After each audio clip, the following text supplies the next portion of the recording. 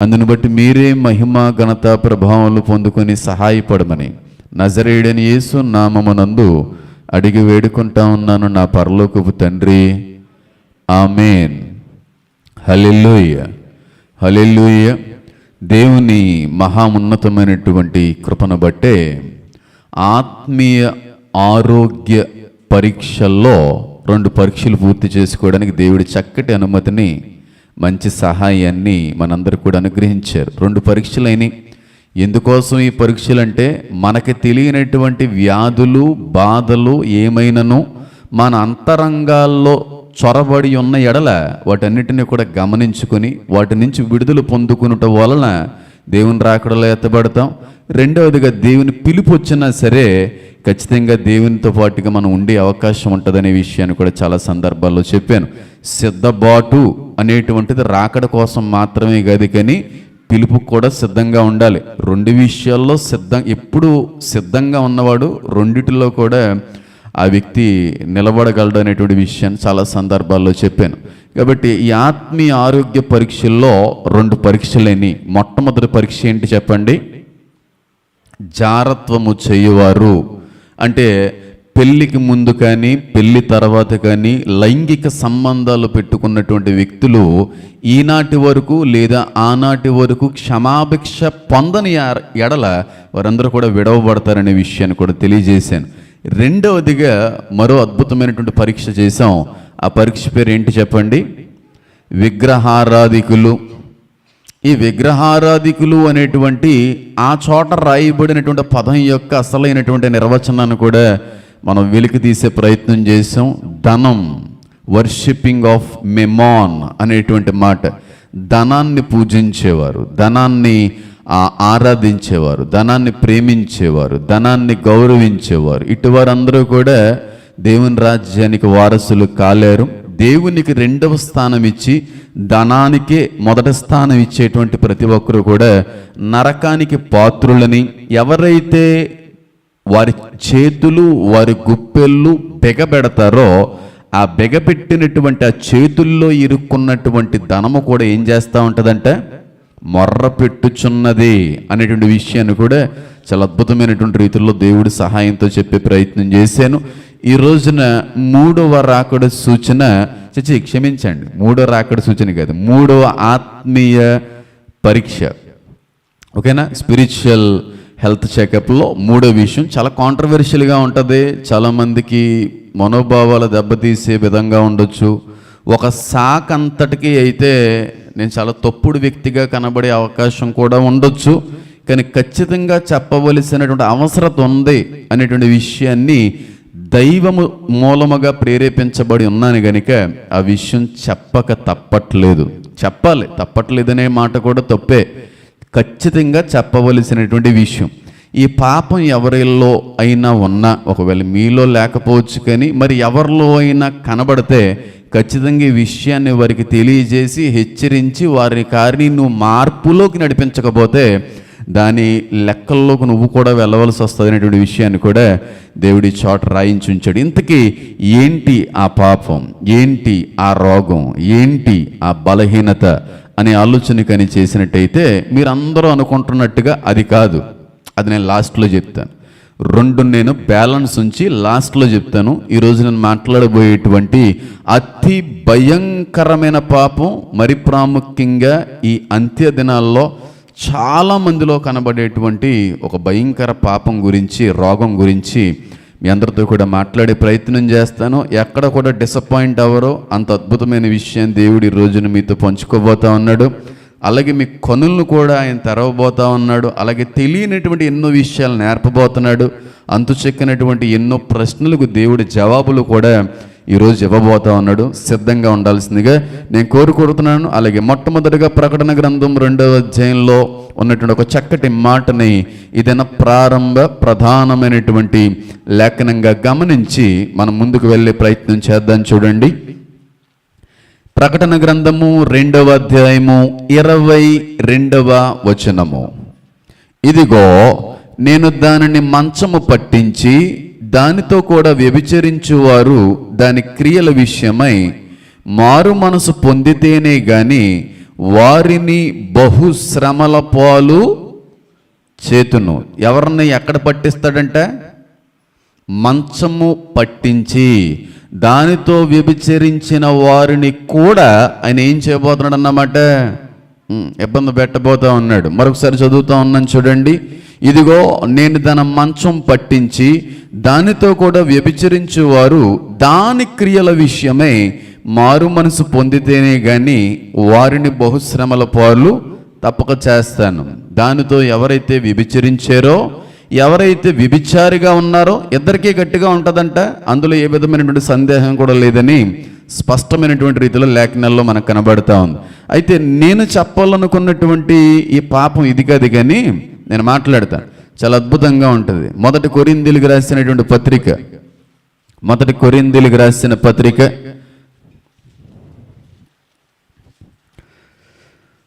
6వ అధ్యాయము, మొదటి కొరింథీయులకు రాసిన పత్రిక 6వ అధ్యాయము 9వ వచనము చూడండి. అన్యాయస్తులు దేవుని రాజ్యమునకు వారసులు కానేరని మీకు తెలియదా? మోసపోకుడి, జారులైనను విగ్రహారాధికులైనను వ్యభిచారులైనను ఆడంగితనము గలవారైనను పురుష సంయోగులైనను దొంగలైనను లోబులైనను త్రాగుబోతులైనను దోషకులైనను దోచుకుని వారైనను దేవుని రాజ్యమునకు వారసులు కానేరరో అనేటువంటి మాట కనబడతా ఉంది.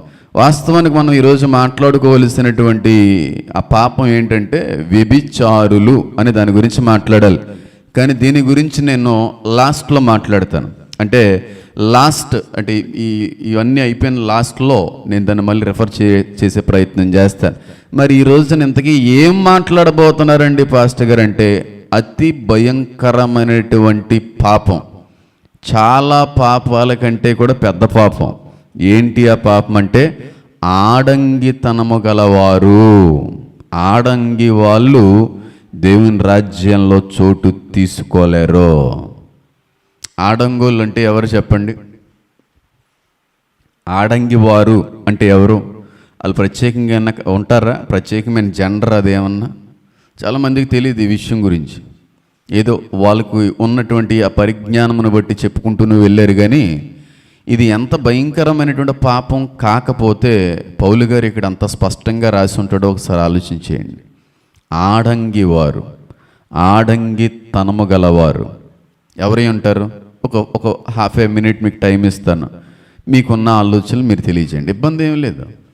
అంటే దాని మీద మీకు ఉన్నటువంటి అభిప్రాయం, నమ్మకం ఏంటో తెలుసుకోవడంలో తప్పే ఉంది, ఇబ్బంది ఏం లేదు. చెప్పండి, ఆడంగి వారు అని ఎవరిని పిలుస్తారు? చెప్పాలి. ఆడంగి వారు మన పరిభాషలో ఎప్పుడు పిలుస్తూ ఉంటామంటే ఏ పని పోటు లేకుండా ఖాళీగా ఇంట్లో కూర్చొని బట్టలు ఉతుకుతూ ఇల్లు ఊడుస్తూ ఇంట్లో పని ఆడవాళ్ళలా చేస్తున్నటువంటి వ్యక్తుల్ని ఏమంటాం? మగాల్ని ఆడంగుల్లాగా ఏం పనులరా, ఆడంగి వల్లగా చీపురు పట్టుకుంటావేంట్రా, ఆడంగి వల్లగా ఏమిటంటారా వాటిని, ఆ బట్టలు ఉతుకుతావేంట్రా, ఆడంగోళ్ళగా ఏం పనులరా, గిన్నెలు అవి తోముతావేంట్రా అని అంటూ ఉంటాం. అవునా? ఆడంగుల్లో చేస్తున్నావేట్రా అని చెప్పి. వాళ్ళు కాదు ఆడంగి వాళ్ళు. అంటే అసలైన ఆడంగి వాళ్ళు ఉన్నారు. వాళ్ళ గురించి నేను మాట్లాడబోతున్నాను ఈ రోజున. కానీ మిమ్మల్ని నేను అడుగుతున్నాను, ఆడంగి తనము గలవారు అంటే ఎవరు? ఆడంగి తనము గలవారు. నా వంక చూస్తే కుదరదు. చెప్పండి, ఆడంగితనం అంటే ఏంటి? చెప్పండి రా తమ్ముడు, ఇబ్బంది ఏం లేదు నాన్న. మా నోటితో ఎలా చెప్తామనే బీయింగే మేల్ ఫిలో అన్నట్టు చూస్తున్నాను. ఆడంగి వారంటే ఎవరు? దేండి సిగ్గుపడతారు? బైబిలే సిగ్గుపడలేదు ఆ పదం రాయించడానికి. అలాంటి స్వభావాలు కలిగి ఉన్నవారు ఉన్నారని చెప్పడానికి మనం ఇలా సిగ్గుపడబట్టే చాలా సత్యాలు బయటికి రావట్లేదు బైబిల్లో నుంచి. అయ్యి బాబా మనం మాట్లాడకూడదు, మనకి ఎందుకు, మనం చెప్పకూడదు, ఇలాంటి కాంట్రవర్షియల్ అవుతాయి, ఇలాంటి ఆడవారి ముందు మాట్లాడకూడదు. ఆడవాళ్ళు మగవాళ్ళు నేను తేడా ఏమి లేదు. పాపం ఎవరు ఎదుటైనా ఒకటే, ఆడాలైనా మగాళ్ళైనా పాపం పాపమే. అంతేగాని ఆడవాళ్ళు వేరేగా మగవాళ్ళు వేరేగా పాపాలు ఏమి ఉండవు. ఆడంగితనము అంటే ఏంటి మీకు తెలిసినా చెప్పట్లేదు నాకు, చెప్పండి పర్లేదు. ఆడంగితనం అంటే ఏంటి? వీళ్ళు ప్రత్యేకంగా ఏమన్నా పుడతారా? ప్రత్యేకమైనటువంటి శరీరాకృతి ఏమన్నా వీళ్ళు కలిగి ఉంటుందా? ఈజీగా అర్థం అవడం చెప్తాను. ద్వితీయోపదేశకాండం ఒకసారి తీద్దాం. ద్వితీయోపదేశకాండం అది ఎంత పెద్ద పాపమో మీకు చూపించడానికి అంతే, లేకపోతే అవసరం లేదు. అది ఎంత భయంకరమైన పాపమో మీకు చూపించే ప్రయత్నం అంతే. ద్వితీయోపదేశకాండము 22వ అధ్యాయము 5వ వచనము. స్త్రీ పురుష వేషము వేసుకొనకూడదు, పురుషుడు స్త్రీ వేషమును ధరింపకూడదు. అలాగు చెయ్యవారందరూ నీ దేవుడైన యెహోవాకు చెప్పండి చిరాకు. చాలా చిరాకంటే అలాంటి వాళ్ళంటే, వీరే ఆడంగ వాళ్ళంటే. ఒక మగాడై ఉండి మగాడిగా పుట్టి ఆడదానిలా బిహేవ్ చేస్తూ ఉంటాడు. స్వరూపం అంతా కూడా మగవాని యొక్క స్వరూపమే, కానీ వాడి వే ఆఫ్ స్పీకింగ్ కావచ్చు, ద వే హీ వాక్స్, ఆయన నడిచే విధానం కావచ్చు, ఆయన యొక్క ఎక్స్ప్రెషన్స్ కావచ్చు, వారి యొక్క టోన్ కావచ్చు, వారి యొక్క ఎమోషన్స్ కావచ్చు, ఈవెన్ వాళ్ళ యొక్క స్కిన్ కావచ్చు, లేడీస్లా బిహేవ్ చేయడానికి ప్రయత్నం చేస్తూ ఉంటారు. కానీ వాస్తవానికి వారు సహజ సిద్ధంగా ఆ విధంగా పుట్టిన వాళ్ళు కాదు. మళ్ళీ మేము ఒక డౌట్ వచ్చి ఉండొచ్చు, ఆడంగి వారు నపుంసకులు ఒకటేనండి? కాదు. నపుంసకత్వం అనేది పాపం కాదు, ఆడంగితనం అనేది పాపం. దానికి దీనికి మధ్యన వేరియేషన్ కూడా చెప్తాను ఈ రోజున. వీళ్ళు ఎలా ఉంటారంటే మగాళ్ళే, కానీ ఆడవాళ్ళలా ఉండడానికి ప్రయత్నం చేస్తూ ఉంటారు. కొంచెం గ్రీక్ అనువాదంలోకి బాగా ఇన్డెప్త్ పరిశీలన చేస్తే they are soft to touch అనేటువంటి మాట కూడా ఉపయోగించబడింది. చాలా డెలికేటెడ్ ఫెలోస్ వలె వాళ్ళు మారిపోతారు. వాస్తవానికి వారు బై బర్త్ అలా ఉండరు, బై బర్త్ అలా పుట్టరు. ఇంకా ఈజీగా మీకు అర్థం అవ్వడానికి చెప్తాను చూడండి. జీవితంలో ఖచ్చితంగా ఇలాంటి వ్యక్తుల్ని చాలామందిని మీరు చూసే ఉంటారు, చూడకుండా అయితే ఉండరు. నా జీవితంలో చాలామందిని చూశాను. ఫ్రాంక్గా మాట్లాడుకోవాలంటే రోజులో ఒకసారైనా చూస్తూ ఉంటాను. ఇన్ జనరల్ బయట ఆ వ్యక్తి కనబడుతూ ఉంటాడు. వాడు పుట్టింది మగవాడిగానే పుడతాడు, కానీ వాడు ఆడవారి బట్టలు వేసుకోవడానికి ఇష్టపడుతూ ఉంటాడు. వాడు పుట్టింది మగవాడిగానే పుడతాడు, కానీ ఆడవారి వలె జుట్టు పెంచుకోవడానికి ఇష్టపడుతూ ఉంటారు. వారు వాస్తవానికి జెండర్ మేల్ జెండరే, కానీ వాళ్ళు లిప్స్టిక్ వేసుకోవడానికి ఇష్టపడుతూ ఉంటారు, మేకప్ వేసుకోవడానికి ఇష్టపడుతూ ఉంటారు. ఒక మాటలో చెప్పాలంటే ఒక మగాడి ఉండి ఆడదాని వేషధారణలో కనుపరుచుకోవాలి అని అస్తమాట్లు కోరుకుంటూ ఉంటారు. వారు ఆడంగి వారు పొరపాటున దేవుని రాజ్యానికి వెళ్ళరు. హిజ్రాల్ అండి కాదు, నపుంసకులండి కాదు.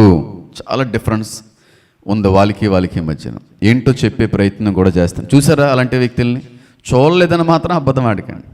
సినిమాల్లో చూసి ఉండొచ్చు, అది ఏంటో నాకు సేవలోకి రాకముందు లారెన్స్ గారి మూవీ అది, నాకు అంత ఐడియా లేదు.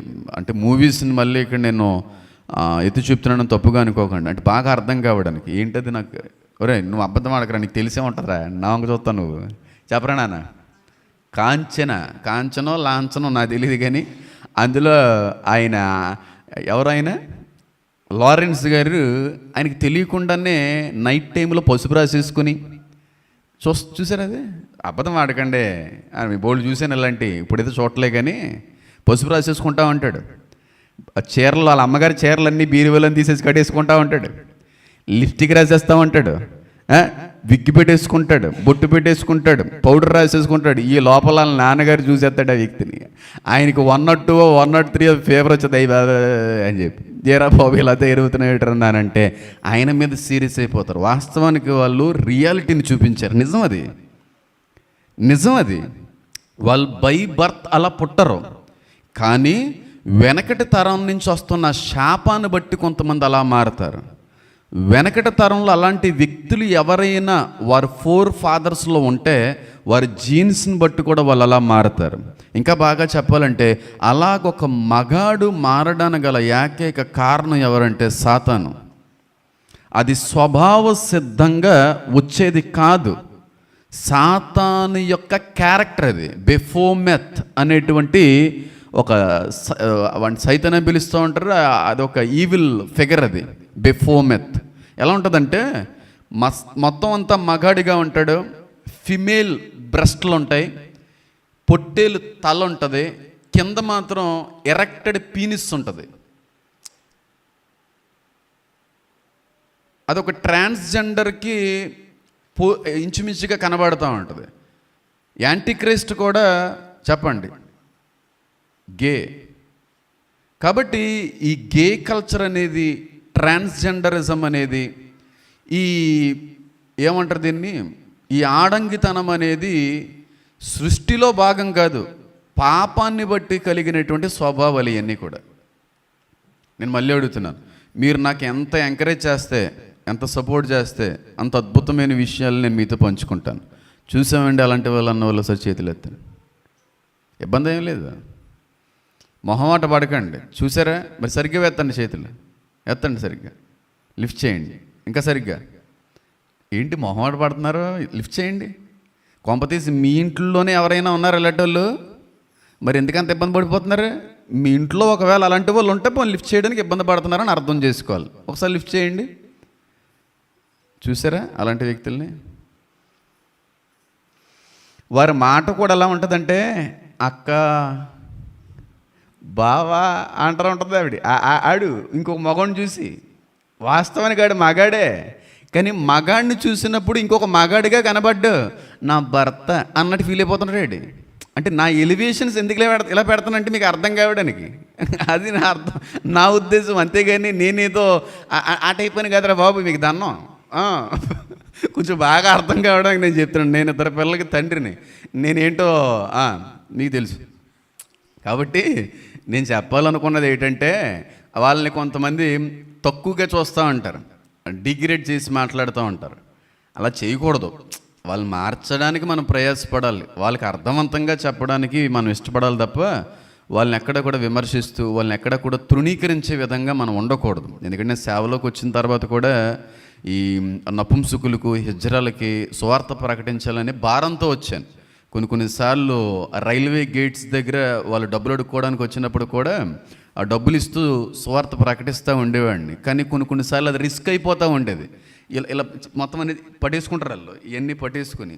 నాకు అది కొంచెం ఇబ్బందిగా అనిపించి, ఎప్పుడైనా ఎల్లోన్ టైంలో లోన్లీగా ఉన్నప్పుడు మాట్లాడాలని అనుకున్నాం, కానీ మళ్ళీ ఆ తర్వాత ఎప్పుడు కూడా కుదరలేదు.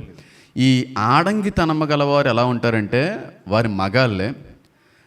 రిప్రొడక్షన్ సిస్టమ్ కూడా, వారి యొక్క అవయవాలన్నీ కూడా మగాళ్ళవే, కానీ వాళ్ళ బిహేవియర్ మాత్రం పూర్తిగా ఆడవాళ్ళుగా కనుపరుచుకుంటూ ఉంటారు. కొంతమంది బట్టలు మార్చేస్తారు, కొంతమంది అయితే బట్టలు మార్చరు, అవే మగ బట్టలు వేసుకుంటారు. కానీ వాళ్ళ యొక్క ఇంటెన్షన్, వారి యొక్క ఆలోచన, వారి యొక్క చూపు, వారి యొక్క తలంపు మరొక మగాన్ని చూసినప్పుడు ఆకర్షించబడతా ఉంటారు. మరొక మగాన్ని చూసిన ప్రతిసారి కూడా డామినేటింగ్ బీయింగ్లా చూస్తూ ఉంటారు. అంటే అంత లోతుగా వెళ్తే కొంచెం చిరాగ్గా ఉంటుంది, నేను చెప్పాలనుకోవట్లేదు. ఆ మగాడిని ఎప్పుడు కూడా భర్తగా ఊహించుకుంటూ ఉంటారు. ఈ మగాడేమో, ఈ ఆడంగి తలం కలిగినటువంటి వ్యక్తి ఏమో నేను ఆడదాన్ని అనే ఆలోచనలోకి వెళ్ళిపోతాడు. అది మీరు ఆదిలోనే గ్రహించి గమనించి ఆ వ్యక్తిని మార్చడానికి ప్రయత్నం కానీ చేయగలిగితే మారతాడు. లేకపోతే చాలా వేల దురాత్మల చేత ఆ వ్యక్తి యొక్క జీవితం పూర్తిగా నాశనం అయిపోద్ది. పూర్తిగా వాళ్ళ చాలా చాలా అదొక స్టేజ్లోకి వెళ్ళిపోతారు. వాళ్ళు ఏ స్టేజ్లోకి వెళ్ళిపోతారంటే, మీరు స్టార్టింగ్ డేస్లోనే వాడికి బుద్ధి చెప్పి, వాడికి కౌన్సిలింగ్ ఇప్పించి, వాడి యొక్క ఆలోచన అంతా కూడా తీసేసి, బాగా బలమైనటువంటి దైవజనులతో ప్రార్థన చేయించి మీరు మార్చగలిగితే ఫైన్. లేదంటే అది ఎక్కడికి వెళ్ళిపోద్దంటే, కొన్ని రోజులైతే మాత్రం ఇంటిలోనే ఆ విధమైన బిహేవియర్ కలిగి ఉంటాడు, తర్వాత బయటికి వెళ్ళడం మొదలు పెడతాడు. థర్డ్ స్టేజ్ ఏంటంటే, ఆ వ్యక్తి హిజ్రాల్లో కలిసిపోతారు. థర్డ్ స్టేజ్ సెకండ్ స్టేజ్ వరకు కూడా రానివ్వకండి. ఒకవేళ మీ ఇళ్ళల్లో, మీ కుటుంబాల్లో, మీ ఫ్యామిలీస్లో ఒకవేళ ఎవరికైనా ఇలాంటి లక్షణాలు, ఇలాంటి స్వభావాలు ఏమన్నా కనబడుతుంటే సిగ్గేం పడకండి, డైరెక్ట్గా హాస్పిటల్ తీసుకుని వెళ్ళండి, కౌన్సిలింగ్ ఇప్పించండి. కానీ సైన్స్ వీళ్ళకి సపోర్ట్ చేస్తూ ఉంటుంది. ఏమంటుందంటే అది డిఎన్ఏలో ఉన్నదండి, అది బై బర్త్కు ఉంటాయండి, హార్మోనల్ ఇంబ్యాలెన్స్ అండి. కొంతమంది మగాళ్ళకి ఏమో టెస్టోస్టిరాన్ లెవెల్స్ ఉంటాయి, ఆడవాళ్ళకి ఏమో ఈస్ట్రోజన్ లెవెల్స్ ఉంటాయి. కానీ మగాళ్ళలో కూడా ఈస్ట్రోజన్ లెవెల్స్ పెరిగిన కారణాన్ని బట్టి అలా మారిపోతుంటారని చెప్పి సైన్స్ మీద ఆధారపడే వ్యక్తులు చెప్తారు. సైన్స్ 90% వరకు కూడా సాతానికి సపోర్ట్ చేసేదే. కాబట్టి నేను వాక్యానుసారంగా మాట్లాడవలసి వస్తే మాత్రం చెప్పేది, న్యాచురల్గా ఎవరు అలా పుట్టరు. ఆ ఆలోచనతో, ఆ స్వభావంతో ఎవడో పుట్టడు.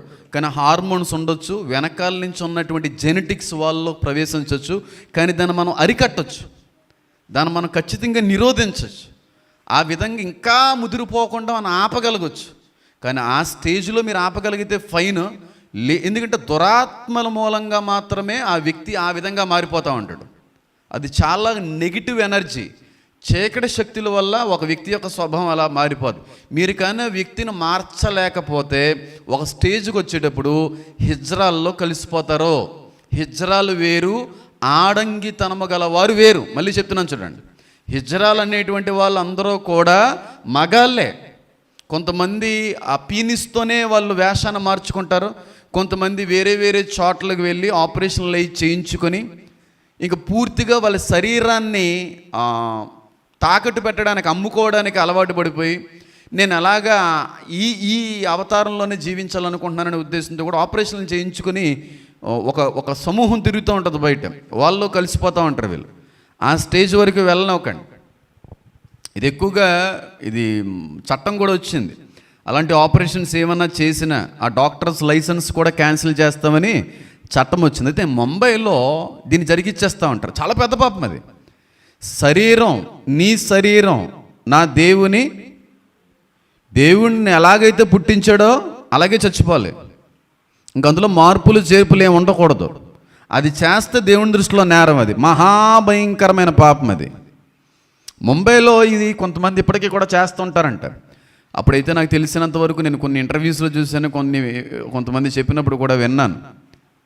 ఒక 50,000 80,000 ఉండేది, ఈ రోజున 5 lakhs 6 lakhs అయిపోయింది ఆపరేషన్. మగాళ్ళే కానీ ఈ ఆడంగి వారిగా మారిపోయి ఆపరేషన్ వాళ్ళు ఏ స్టేజ్కి వెళ్ళిపోతారంటే వస్త్రధారణలో మార్పు వచ్చేస్తుంది, ముఖం యొక్క కవలికల్లో మార్పు వచ్చేస్తుంది. అన్నీ కూడా ఆడవాళ్ళే కనబడతారు. వాళ్ళకి ఒకటే అడ్డుగా ఉంటుంది. ఏంటో తెలుసా? మగవాని యొక్క రిప్రొడక్టివ్ ఆర్గన్ కొంచెం వాళ్ళకి ఇబ్బందిగా అనిపిస్తుంది. అన్నీ ఆడవాళ్ళుగా మార్చేసుకున్నాం, కానీ ఈ ఒక్క అవయవమే మేము మార్చుకోలేకపోతున్నాం, వెళ్ళిపోతారు. ఆ అవయవాన్ని తీసేస్తారు. వాళ్ళు ఎంతో కాలం బ్రతకరు. వాస్తవానికి కిడ్నీలు 2 ఫెయిల్ అయిపోతాయి, క్యాన్సర్లు వస్తాయి. మీరు ఎప్పుడన్నా చూసారా? హిజ్రాల్లో 80, 90 బతికిన వాళ్ళని 40, 60 అంతకంటే తక్కువలోనే చనిపోతారు. కిడ్నీస్ 2 డిస్టర్బ్ అయిపోతాయి. ముంబైలో ఇప్పటికి కూడా అలాంటివి జరుగుతూ ఉన్నాయి. వాళ్ళు ఏ స్టేజ్కి వెళ్తారంటే ఇంకా ఆ అవయవము కూడా ఉండకూడదు, ఇంకా అది కూడా తీయించేయాలి అని స్టేజ్కి వెళ్ళిపోతారు. ఆ స్టేజ్ వరకు ఒకవేళ ఏ వ్యక్తి అయినా వెళ్తే మీరు ఆ వ్యక్తిని మార్చలేరు. అది చాలా పెద్ద పాపం. మగాడిగా పుడితే మగాడిగానే చచ్చిపో, ఆడదానిగా పుడితే ఆడదానిగానే పుట్టి పెరిగి చచ్చిపో, నపుంసకుడిగా పుడితే నపుంసకుడిగానే బతికి చచ్చిపో, అంతేగాని ట్రాన్స్ అవ్వద్దు. అర్థమవుతుందని చెప్పేది. ఇంకో విషయం చెప్తాను చూడండి. నాకు మొన్న మన సంఘంలో ఒక సభ్యురాలు చెప్పిన విషయం ఏంటంటే, పాస్టర్ గారండి మీరు ఇలా మాట్లాడుతుంటే నాకు ఒకళ్ళు గుర్తొచ్చారండి అని చెప్పి వాళ్ళ గురించి చెప్పుకుని వచ్చారు. వాడు ఎందుకంటే నాకు ఆ వ్యక్తి తెలుసు, చిన్నప్పటి నుంచి చూశాను నేను. I was so shocked. నేను చాలా ఆశ్చర్యపడ్డాను ఆ మాట విన్న తర్వాత. బాగానే ఉండేవాడు కదండి చిన్నప్పుడు. ఒక్కొక్కసారి నేను వాళ్ళ ఇంటికి వెళ్తున్నప్పుడు జల్దీ ఫై కూడా ఆడుతూ ఉండేవాళ్ళు. ఆ వ్యక్తిని అడిగితే ఆ వ్యక్తే బాబు అన్నారు. ఎందుకు అలా చనిపోయాడు అంటే మన సంఘంలో ఒక అమ్మగారు చెప్తే నాకు తెలిసింది. వాడు మగాడే, 15-16 ఇయర్స్ వచ్చేటప్పటికి వాడు ఆడవాని వలె ఉండాలి అనే ప్రయత్నాలు చేస్తాడు. అంటే ఆడంగితనం అన్నమాట. అంటే వాళ్ళకి ఆ దురాత్మ దూరింది. చీర కట్టడం, ఆడవాళ్ళ మాట్లాడడం, ఆడవారిని అక్క అని పిలవడం, అత్తయ్య అని పిలవడం, మగాల్ని బావ అని పిలవడం, ఇలా మాట్లాడుతున్నప్పుడు ఇంటి వాళ్ళకి ఇదేంటి ఇలా మారిపోతుందని తిట్టడం, మందలించడం, కొట్టడం, చూపించడం అన్నీ అయిపోయినాయి. ఒకనొక స్టేజ్కి వచ్చేటప్పటికి వాడు ఇంట్లో నుంచి పారిపోయాడు. ఇంట్లో నుంచి పారిపోయి మరి ఎవరు చెప్పారో అవన్నీ మనకు తెలియదు, కానీ నాకు చెప్పలేదు, కానీ వెళ్ళి ముంబైలో ఆపరేషన్ చేయించేసుకున్నాడంట. ఆపరేషన్ చేయించేసుకుని చక్కగా ఇంక పూర్తిగా ఆడదానిలాగా మారిపోయి ఎవరో చెప్పారని ముంబై నుంచి ఢిల్లీ అటువైపు వెళ్ళిపోయి ఇంటికి వచ్చి వెళ్తూ ఉండేవాడంట. ఇంక ఇంటి వాళ్ళు కూడా వదిలేశారు. ఇంకెలా మారిపోయాడు, ఇంక మన వాడిని బాధ పెట్టడం ఎందుకని చెప్పి వదిలేశారు. ఆ వ్యక్తిని చూస్తే ఇంక అమ్మాయిని చూసినట్టే ఉంటుంది. ఎందుకంటే ఇంజెక్షన్స్ అవి వేసిన తర్వాత బ్రెస్ట్ అది డెవలప్ అయిపోద్ది. వాళ్ళలో హెయిర్ ఫాలికల్స్, హెయిర్ అంతా పెరిగిపోవడం, వాళ్ళ యొక్క థైస్ అంతా సైజు మారిపోవడం, ఇదంతా కూడా ఇంజెక్షన్స్ని బట్టి జరిగేది. అది చేయకూడదు. అదంతా కూడా ఆర్టిఫిషియల్ థింగే, ప్రకృతికి విభిన్నమైనటువంటి వ్యతిరేకమైనటువంటిది అది. ఇంకా నేను లిటరల్గా అయితే షాక్ అయినా. ఎందులో ఆ వ్యక్తి చాలా హైట్ ఉంటాడేమో. అయ్యి బాబాయ్, సేమ్ అమ్మాయి ఏంటంటే ఇంక అమ్మాయే. అయితే మరి ఏ దరిద్రుడు చెప్పాడో తెలియదు, కానీ ముంబైలో ఇలా హిజ్రాలుగా మారిపోయినటువంటి వ్యక్తుల్ని తీసుకునేటువంటి వ్యక్తులు ఉంటారో, మార్వడీస్ ఎవరో, జైన్స్ ఎవరో చెప్పుకొచ్చారు, మనకు తెలీదు. వాళ్ళంట ఇలాంటి హిజ్రాల్ని ఒక వ్యక్తిని పెళ్లి చేసుకుంటారంట. అక్కడ సంస్కృతి ఉందంట. ఎందుకంటే వాళ్ళకి ఏదో అదృష్టం కలిసి వస్తుంది అనే ఉద్దేశంతో. నిజంగా నమ్మండి, ప్రతి 31st నైట్కి అంటే కొత్త సంవత్సరంకి వెళ్ళేటప్పుడు వేరే వేరే రాష్ట్రాల్లో, వేరే వేరే దేశాల్లో ఉన్నటువంటి ఆ దరిద్రమైన నమ్మకం ఏంటంటే, ఆ నైట్ కానీ ఒక ట్రాన్స్జెండర్తో, ఒక హిజ్రాతో కానీ వాళ్ళు కలిసి సహజీవనం చేస్తే తర్వాత వచ్చే సంవత్సరం అంతా బాగుంటారు అనేటువంటి ఒక దరిద్రమైన నమ్మకం, మూఢ నమ్మకం అది. అలాగండి, అవునా కదా, నిజం అది. అయితే అక్కడికి వెళ్ళిపోయి ఎవరో ఈ వ్యక్తికి ప్రత్యేకమైన స్థానం ఏదో ఇస్తానన్నారని చెప్పి మాట్లాడేసుకుని ఇంటికి వచ్చేస్తే, వీళ్ళ అమ్మగారు చెప్పిన తర్వాత ఇంకా నయమే, అలాంటి పనులు చేస్తావు, ఏదో చూసి చూడనట్టుగా వదిలేసాం, కానీ అలాంటిది ఏదైనా చేస్తా కాళ్ళు చేతులు విరగట్టి లోపల పెడతాను, ఇంట్లో తాళం వేసేస్తే ఆ వ్యక్తి సూసైడ్ చేసుకుని చచ్చిపోయాడు మొన్నే. నిజమే కదమ్మా. నన్ను వెళ్ళనవ్వా, నేను ఎన్నో ప్లాన్లు వేసాను, ఎన్నో ఆలోచనలు చేసుకున్నాను, ఎన్నో ఆశలు పెట్టుకున్నాను, నువ్వు నన్ను బయటికి వెళ్ళకుండా ఇంట్లో పెట్టి తాళం వేసేసేవేంటని చెప్పి సూసైడ్ చేసుకుని చచ్చిపోయాడు వ్యక్తి. సూసైడల్ థాట్స్ ఎవరిస్తారు? దేవుడా. అంత ప్రమాదం. వాళ్ళని ఎలా తెలుసుకోవాలండి? వారికి అలాంటి ఆలోచనలు వస్తున్నాయని, ఆడంగి వారిగా మారిపోతున్నారని ఎలా మనం తెలుసుకోవచ్చండి? ఇలాంటి అనేక ప్రశ్నలకు సమాధానం ఇస్తాను. చాలా జాగ్రత్తగా ఉండాలి.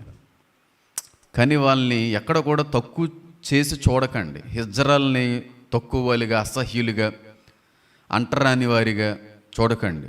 వాళ్ళు తెలియనటువంటి అజ్ఞానం బట్టి పాపులుగా మారిపోయారు, దీన స్థితిలో ఉన్నారు. వాళ్ళతోనే మనం ప్రేమగా ఉండి వాళ్ళు మార్చడానికి మనం ప్రయత్నం చేయాలి. కానీ మనకు అంత అవకాశం ఇవ్వరు. నేను కాకినాడ ఏటిమోగ అనేటువంటి ప్రాంతానికి వెళ్ళాను మీటింగ్ కోసమే. స్టార్టింగ్ డేస్లో నేను వేరే మినిస్ట్రీతో కలిసి వెళ్ళాం అనుకుంటా. ఏటిమోగ మొత్తం అంతా మనోళ్ళ ఏరియా. ఇది మనోళ్ళు అంటే నా ఫ్రెండ్ అక్కడ ఎమ్మెల్యే గారు ఉండే ఏరియా అంతా. చర్చ్ చాలా సూపర్ ఉంటుంది చర్చ్. ఆ చర్చ్లో 60% మంది హెచ్చరాలే విశ్వాసులు. ఎంత భక్తి చేస్తుంటారంటే వాళ్ళందరూ మారినోళ్ళు. వైట్ అండ్ వైట్ వేసుకుని వచ్చి వాళ్ళు మారి ప్రత్యేకమైన వృత్తులను తీసుకుని ప్రత్యేకంగా మళ్ళీ వ్యాపారాలు మొదలుపెట్టి కష్టపడి సంపాదించడం మొదలెట్టారు. వాళ్ళందరూ కలిసి చర్చి కట్టారు. అందరికంటే ముందు వస్తారు. తలపైన వేసుకున్న కొంగుని కూడా ఎక్కడ తప్పిపోదు, అంత పెర్ఫెక్ట్. అందరికంటే ముందెళ్ళి కూర్చుంటారు. వాళ్ళు పాడిన పాటలు, వాళ్ళు ఆరాధించిన ఆరాధన, వాళ్ళు చూపిన ప్రేమ, దైవజనుల పట్ల వాళ్ళకి కలిగి ఉన్నటువంటి గౌరవం నేను మెస్మరైజ్ అయిపోయాను. అలా మారాలి. ఎప్పుడు మారతారో వాస్తవం ఆ వ్యక్తికి మనం నేర్పించినప్పుడు, తెలియజేసినప్పుడు మారతాడు. నాకు ఎంత ఆనందం అనిపించిందో. 60% అందరూ హిజ్రాలే, అందరూ వైట్ అండ్ వైటే. దేవుడు ఎంత ఆనందిస్తూ ఉంటాడో ఇలాంటి ట్రాన్స్జెండర్స్ అందరినీ కూడా మార్చినటువంటి దైవజనుల కారణాన్ని బట్టి, వారికి సువార్తను అందించినటువంటి వ్యక్తులను బట్టి దేవుడు ఎంత పరవశించిపోతూ ఉంటాడు అని చెప్పి నేను ఆ టైంలో అనుకున్నాను. వాళ్ళని విడిచిపెట్టకూడదు, అది తప్పని తెలియజేయాలి. అంతవరకు ఎందుకంటే మన తెలుగు రాష్ట్రాల్లో బాగా పరిచయస్తుడు అనేటువంటి ఒక దైవజనురాలు అన్నారు కనుక మళ్ళీ తేడా కూడా వేస్తుంది. దైవజనుడు పాస్టర్ అంజలి అని పెట్టుకున్నారు. ఆయన పేరు సత్యనారాయణ ఏదో అనుకుంటా. ఆ పేరు మార్చుకున్నారు కాబట్టి పాస్టర్ అమ్మగారు అని పిలవడం తప్పు. ఇప్పుడు ఆయన పుట్టింది మగాడిగానే పుట్టారు. ఇప్పుడు ఆ అవయవం తీసేసినంత మాత్రాన ఆడదైపోయిందా దేవుని దృష్టిలో? కాదు కదా. ఆమె మగావిడే, మగాలుగానే చూడాలి. అయితే ఆవిడ అద్భుతమైనటువంటి రీతిలో పరిచయం చేస్తుంది. ఈ రోజున అన్నీ మానుకొని దేవుని కొరకు వాడబడుతున్నారు. చాలా సంతోషం. దేవుడు ఆమెను క్షమించాడు, ఆ వ్యక్తిని దేవుడు వాడుకుంటున్నాడు. కానీ ఆ వ్యక్తికి చచ్చిపోయే వరకు మరొక భర్త కానీ మరొక పురుషుని కానీ ఆమె కలకూడదు, వేరే వ్యక్తిని పెళ్లి చేసుకోకూడదు, ఇంకలా ఉండిపోవాలంతే. నేను ఇప్పుడు మారిపోయాను కనుక నాకంటూ భర్తను తెచ్చుకోవడం అనుకోవడం పాపం. అది ఎక్కడ కూడా దేవుడు కానీ బైబిల్ కానీ యాక్సెప్ట్ చేయదు. అర్థమవుతుందని నేను చెప్పింది. అలాంటి వాళ్ళు మారిన వాళ్ళు ఉన్నారు, ఆ పాపంలో పూర్తిగా కొనసాగుతున్నటువంటి వ్యక్తులు కూడా ఉన్నారు. అది పూర్తిగా శాతానిక్ ఆలోచన విధానం. అపవాది పెట్టేటువంటి ఒక తలంపు, అపవాది ఒక వ్యక్తిని పూర్తిగా వశం చేసుకునేటువంటి ఒక ఆలోచన అనేటువంటి విషయాన్ని మీరు గమనించాలి. ఈ స్వభావాలు కలిగి ఉన్నటువంటి వ్యక్తిలో వేషధారణలో మార్పు ఉంటుంది, నడకలో మార్పు ఉంటుంది, స్వరంలో మార్పు ఉంటుంది, చూపులో మార్పు ఉంటుంది, వారి యొక్క రోజువారీ నడవడికలో కూడా చెప్పండి మార్పు ఉంటుంది. అది మీరు స్టార్టింగ్ డేస్లో కానీ మీరు చూసి ఆ వ్యక్తిని మార్చగలిగితే చాలా సంతోషం. 3rd స్టేజ్కి వెళ్తే ఆ వ్యక్తిని మార్చలేం. ఎందుకంటే వాళ్ళు ఆపరేషన్ అయిపోయిన తర్వాత 2 months 3 months చాలా ఇబ్బంది పడతారంట, చాలా బాధ అనుభవించాలంట. తర్వాత పెద్ద సంబరం ఏర్పాటు చేసి వారి సమాజంలో ఆ హిజ్రాల గుంపులో వాళ్ళు కలిపేసుకుని పెద్ద సంబరం చేసి తర్వాత ఆయన్ని గ్రూపుల్లో మేము చేర్చుకున్నాం అనేటువంటి ఆమోదం అయిన తర్వాత మనం బయటికి పంపిస్తారు. అలాగా తిరిగేసి కొంతమంది మారుతూ ఉంటారు, కొంతమంది మారరు. కానీ వాళ్ళ మార్పు కోసం మనం ప్రార్థన చేయాలి. ఖచ్చితంగా అలాంటి వాళ్ళు మారాలనేటువంటి ఆలోచనతో మనం ప్రయాసపడాలి. ఎక్కడ కూడా దేవుడు అంగీకరించడం వాళ్ళని. అది బయోలాజికల్గా పుట్టుక నుంచి అలా వచ్చింది అని అనుకోకండి. అది సాతానుగాడు పెట్టినటువంటి స్వభావం, సాతానుగాడు పెట్టిన స్వభావం. ఎట్టి పరిస్థితుల్లో దానికి పరలోకంలో అనుమతి లేనే లేదు. మన పాత నిబంధనలో కానీ చూసుకుంటే వాళ్ళని కొంచెం దూరం పెట్టండి అన్నాడు. కానీ మళ్ళీ యెషయా గ్రంథం దగ్గరికి వచ్చే సమయానికి అంటే వాళ్ళ గురించి అనలేదులే, షండుల గురించి మాట్లాడాడు, నపుంసకుల గురించి మాట్లాడాడు. మళ్ళీ అక్కడ మీకు కుమారుల కంటే కుమార్తెల కంటే పై నామాన్ని ఇస్తానన్నాడు. మళ్ళీ అది వేరు ఇది వేరు. అందుకే అంటున్నాను, ఆడంగితనం వేరు, నపుంసకత్వం వేరు. ఆడంగి వాళ్ళుగా ఎవరు పుట్టరు, నపుంసకులుగా పుడతారు. నపుంసకులు దేవుని రాజ్యంలో అత్యున్నతమైన స్థానాన్ని పొందుకుంటారు. ఆడంగి వారు నరకంలో మొట్టమొదటి స్థానాన్ని పొందుకుంటారు. ఆడంగి వారు వేరు, నపుంసకులు వేరు. ఒక చిన్న క్లారిఫికేషన్, చిన్న విషయం చూపిస్తాను. అదే ద్వితీయోపదేశకాండం చూద్దాం. చూడండి, అదే ద్వితీయోపదేశకాండం 23వ అధ్యాయం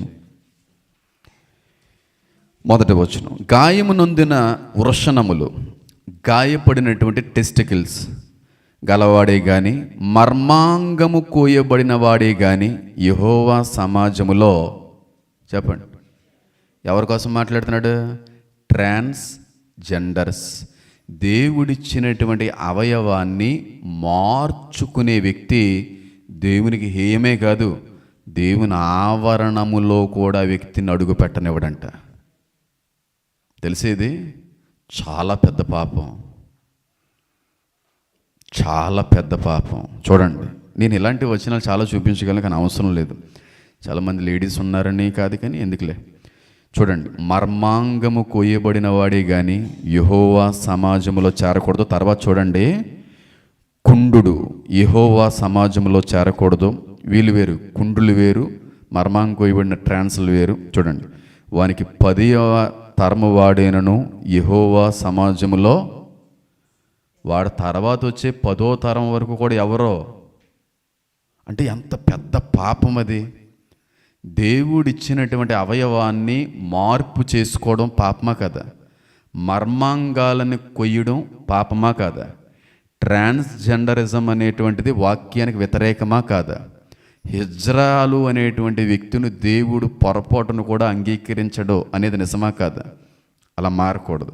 మారి పశ్చాత్తాపడి మారు మనసు చెంది ఏ విధంగా మళ్ళీ పాప జీవితంలోకి వెళ్ళకపోతే వాళ్ళని క్షమిస్తాడు, 100% క్షమిస్తాడు. చూసారా, ఉందా పాపమని? ఉందా లేదా? ఆడంగితనం వారు వేరు. ఈ ఆడంగితనము కలిగి వారు ఎక్కడికి వెళ్ళిపోతారంటే చివరి స్టేజ్, 3rd స్టేజ్ ఏదో చెప్పాను కదా, మర్మంగాలు కట్ చేసుకుని స్టేజ్కి వెళ్ళిపోతారు. స్టార్టింగ్ ఆలోచనలో నుంచే వీళ్ళు మొదలవుతుంది వీళ్ళ జీవితం. ఆ ఆలోచన కాస్త క్రియారూపకంగా మారిపోద్ది. ఫిజికల్గా వాళ్ళు మర్మంగాన్ని ఆపరేషన్ చేయించుకునే పరిస్థితి. అంత పర్టికులర్గా దేవుడు చెప్పాడంటే అది ఎంత పెద్ద పాపమో చూడండి. టాటూస్ వేయించుకోవడం ఎంత పాపమో దానికి 100 రెట్లు పాపం ఇది. దానికి 100 రెట్లు పాపం ఇది. ఎట్టి పరిస్థితులు కూడా దేవుని యాక్సెప్ట్ చేయడు.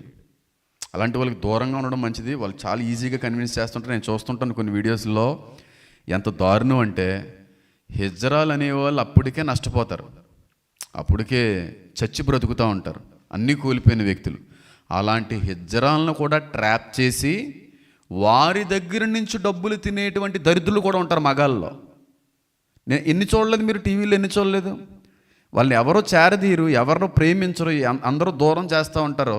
ఇదే అవకాశంగా భావించి ఆ హిజ్రాలతో ఒక రిలేషన్ పెట్టుకొని వారి కష్టపడేటువంటి డబ్బుల కోసం వాళ్ళు వాడుకొని చివరి చేసి వేరే వ్యక్తిని పెళ్లి చేసుకుని వాళ్ళు అన్యాయం చేసేటువంటి వ్యక్తులు. అంటే చేసుకోమన్న ఉద్దేశం కాదు.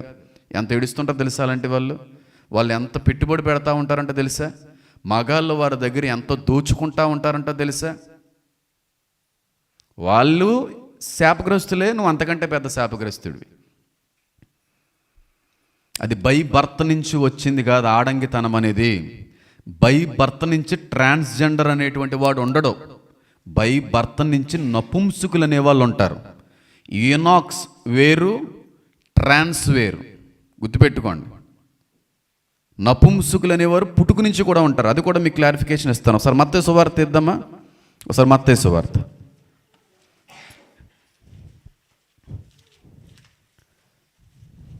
నేను అంటాను, పేరెంట్స్ని మీ ఇంట్లో ఒకవేళ మగాళ్ళు ఉంటే జెంట్స్ హాస్టల్లో, మగాళ్ళ హాస్టల్లో జాయిన్ చేయకండి. కంబైన్డ్ స్టడీస్ అని చెప్పి ఒకే రూమ్లో స్పెండ్ చేయడానికి అవకాశాలు ఇవ్వకండి. ఎందుకంటే దురాత్ముడు దూరి ఆ స్వభావంలోకి వాళ్ళు మార్చడానికి ప్రయత్నం చేస్తాడు. ఇంగ్లీష్లో అయితే హోమోసెక్షువల్స్ అనే మాటతో వదిలేశాడు, కానీ తెలుగు గ్రీక్ పదాలకు వెళ్తే చాలా అద్భుతమైనటువంటి వివరణ ఉంది దాని వెనకాలే. చూడండి, మత్తయి సువార్త ఒకసారి తీద్దాం. 19వ అధ్యాయం, మత్తయి సువార్త 19వ అధ్యాయం చూడండి. పుట్టుక ట్రాన్స్జెండర్స్ ఉండరో గుర్తుపెట్టుకోండి. పుట్టుక ఆడంగితనము గలవారు ఉండరు, కానీ పుట్టుక నపుంసకులు ఉంటారు. చూడండి, 19వ అధ్యాయము 12వ వచనం. తల్లి గర్భము నుండి నపుంసకులుగా, అంటే పుట్టడంతోనే, చెప్పండి, చూడండి, ఇలాంటి వారి కోసం దేవుడు మాట్లాడే మాట. సరే, ఇది క్లియర్ చేసేస్తాను. చూడండి, తల్లి గర్భము నుండి నపుంసకులుగా పుట్టిన వారు గలరు, మనుష్యుల వలన నపుంసకులుగా చేయబడిన వారు నపుంసకులు గలరు, పరలోక రాజ్యము నిమిత్తమే తమ్మును తామే నపుంసకులుగా చేసుకున్న నపుంసకులు కూడా గలరు. అంగీకరింపగలవాడు అంగీకరించునుగాక అని వారితో చెప్పి. అంటే అంగీకరించడం చాలా కష్టం. దీన్ని నమ్మడం, దీన్ని ఒప్పుకోవడం చాలా కష్టం. దాన్ని నమ్మలం. పుట్టుక నపుంసకులు ఉంటారనే మాట నమ్మడం చాలా కష్టం. నపుంసకులుగా చెయ్యబడిన వారు ఉన్నారనేది కొంచెం నమ్మచ్చు. దేవుని నిమిత్తం నపుంసకులుగా మారుతున్నటువంటి వ్యక్తులు కూడా ఉన్నారు. అది నమ్మడం కూడా చాలా కష్టమే. అంటే ఇక్కడ మీరు కానీ చూసినట్టయితే నపుంసకులు వేరు, ట్రాన్స్జెండర్స్ వేరు. am I right or wrong? పూర్తిగా వాళ్ళకి వీళ్ళకి సంబంధం లేదు. నపుంసకులు అనేటువంటి వారు దైవ చిత్తానుసారంగా కూడా పుడతా ఉంటారు, కానీ ట్రాన్స్జెండర్స్ అలా పుట్టరు. ఆడంగి తలము గలవారు అలా పుట్టరు. మీరు ఒకసారి ఒకటి చూపిస్తాను. యెషయా గ్రంథం ఒకసారి తీద్దాం చూడండి. యెషయా గ్రంథం 56వ అధ్యాయం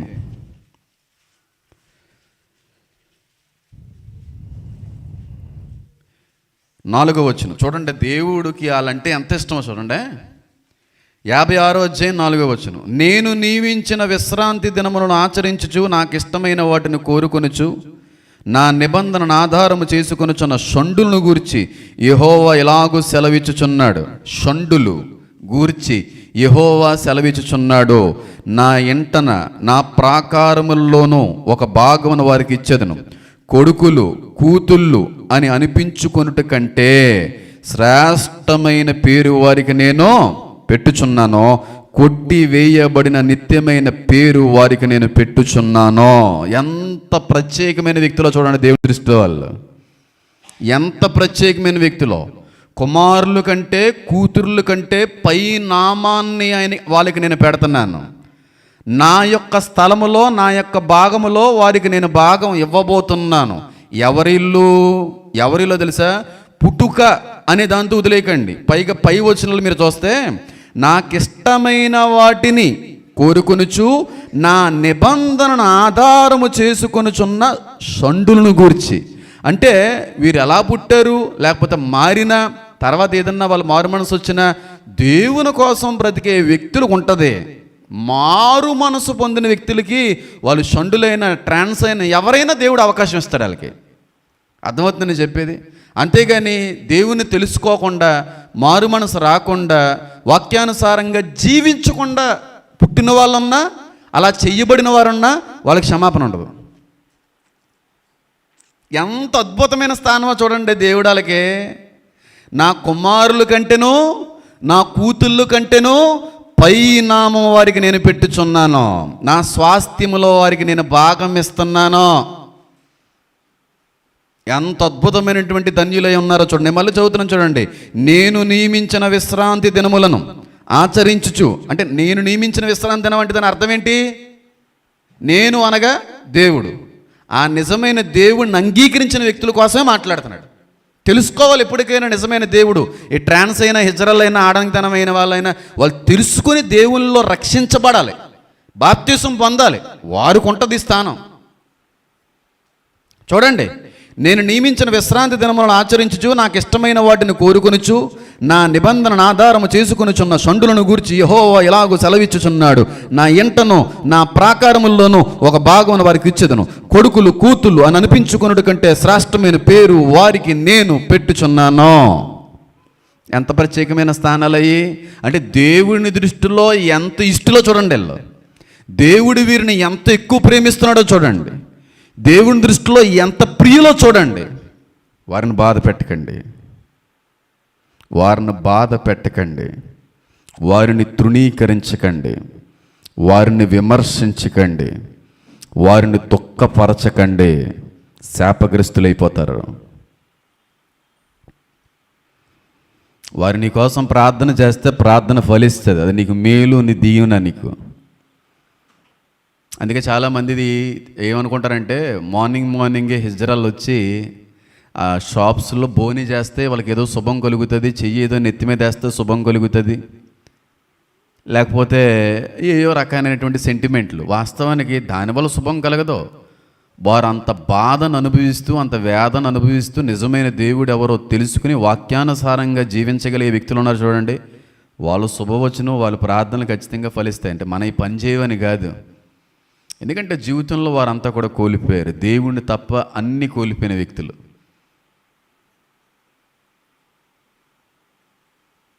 కూతుర్ల కంటే కుమారుల కంటే పైనామాన్ని పెడతాను, నా యొక్క భాగంలో వారికి పాలిస్తాను. అంటే చూడండి ఎంత స్పెషలో దేవుడి దృష్టిలో వాళ్ళు. కానీ వాళ్ళు మారాలి. వాళ్ళు ఆడంగితనం గలవారైనా, హిజ్రాలైనా, ట్రాన్స్ అయినా మారి దేవుని తెలుసుకొని ఇక నుంచి ఆ పాపం చేయకూడదు అనే ఉద్దేశంతో దేవుని కొరకు బ్రతకగలిగితే, మళ్ళీ చెప్తున్నాను, మీకంటే నాకంటే మనందరికంటే గొప్ప స్థానంలో దేవుడు వాళ్ళు ఉంచబోతున్నాడు, ఉంచుతాడు.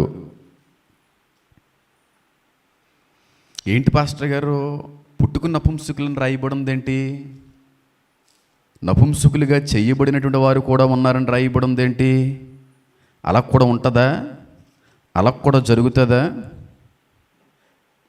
అనే ఆలోచన మీ అందరికీ వచ్చి ఉండాలి. ఎంతమందికి వచ్చిందన్నమాట?